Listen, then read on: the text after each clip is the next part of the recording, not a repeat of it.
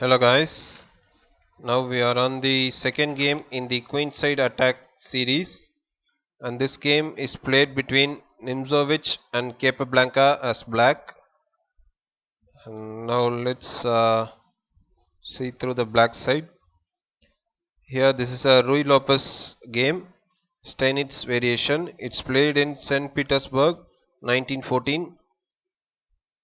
So the game goes e4, e5, knight f3, knight c6, knight c3, knight f6, bishop b5, d6, and d4, bishop d7. Now bishop takes c6, bishop takes c6, and queen d3, e takes d4, knight takes d4, g6, knight takes c6, b takes c6, queen a6, queen to d7. Now queen b7, rook to c8, queen takes a7, and now bishop g7.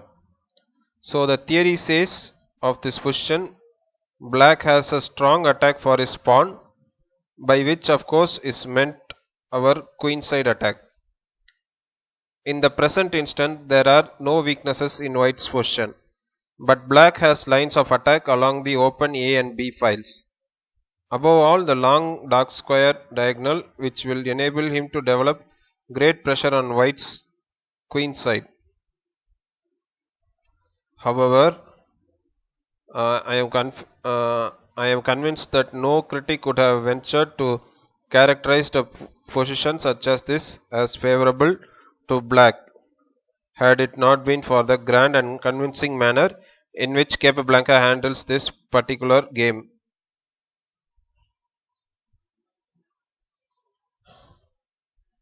Uh, so let us see how black makes use of his opportunities.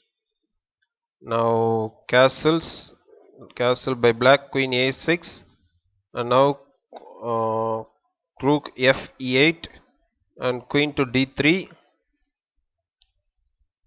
White decides on defensive measures and simply returns the queen to d3. It is remarkable how the gain of a pawn is liable to make a player overcautious, almost as material possessions frequently do in real life. If it does not affect our investigation to determine whether or not a more enterprising method would have had better results for white, though it might well be so.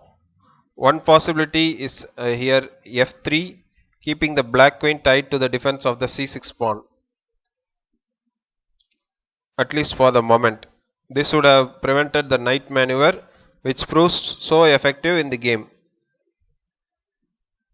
So now queen to e6, attacking the e pawn once more and preparing the important maneuver of knight to d7, then to e5 and to c4.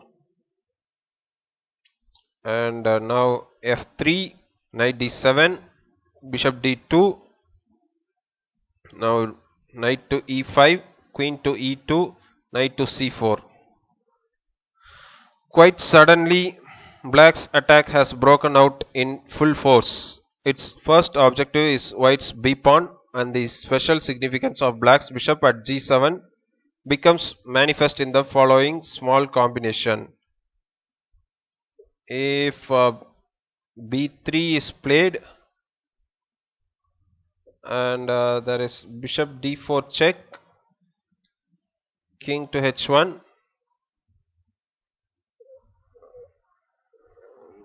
knight takes d2, now queen takes d2,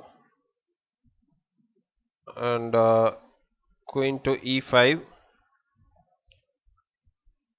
and now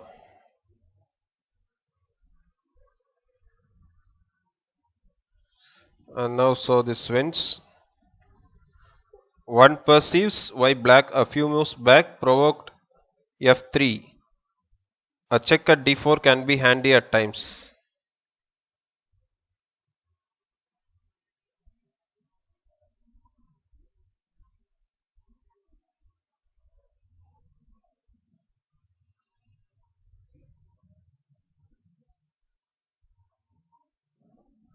So here rook ab1, rook a8.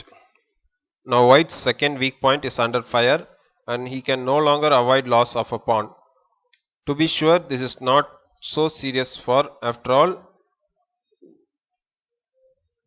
all he is a pawn up and need not feel the loss. In fact, he can hope to improve his position by giving back the pawn. For example, here b3,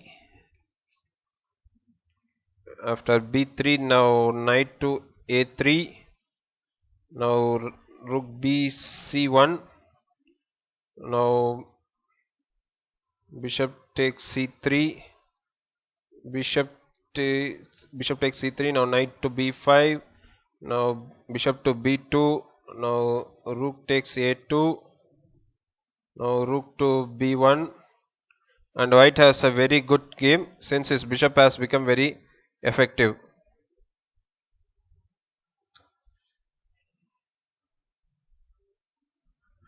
In fact, the b3 move on 20 is white's best move.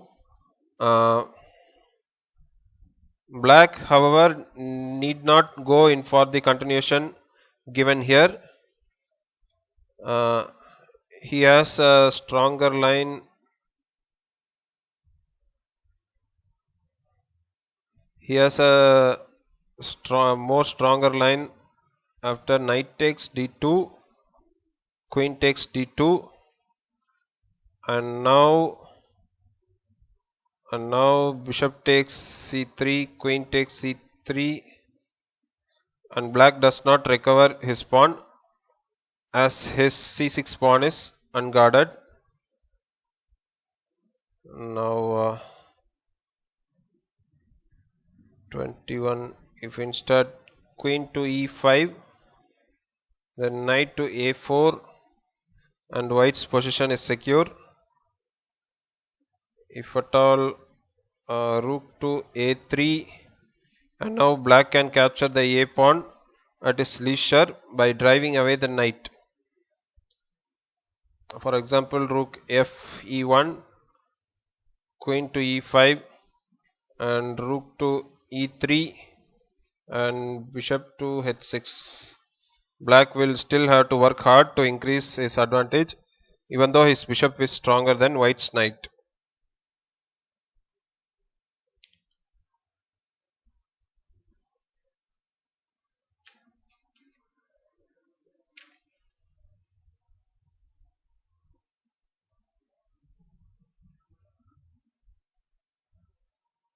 Here white plays a4, and this move can be good only if it can be followed up at once by b3, but that is not the case in this position. Now knight takes d2, queen takes d2, queen to c4, hitting the nail on the head. White is tied up. He can no longer play b3. His a pawn is doomed, and his b pawn also stands a poor chance. Now rook f d1. Here if queen d3, then queen c5 brings no relief to white. Then rook e b8. Note the extreme care with which black sets out the recovery of his pawn, and in particular how he avoids a premature exchange at c3. Now queen to e3. Here black's threat was rook takes b2.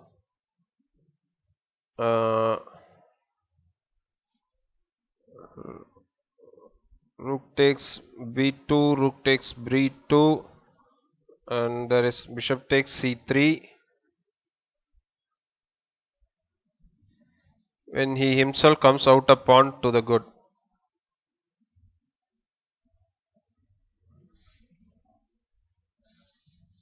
Now but he goes rook b4, threatening to win material with bishop d4 now.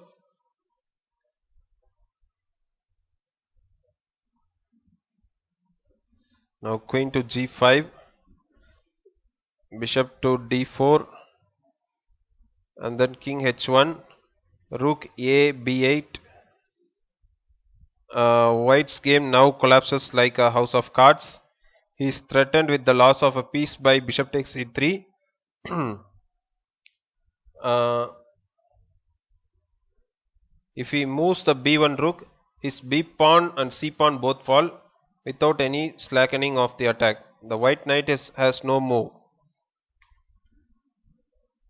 Now rook takes d4. With this move, white can put up the longest resistance. In view of this possibility, it seems that it would have been better for black to withhold the check at bishop d4 on the 24th move and play rook ab8 instead first. However, it's not significant.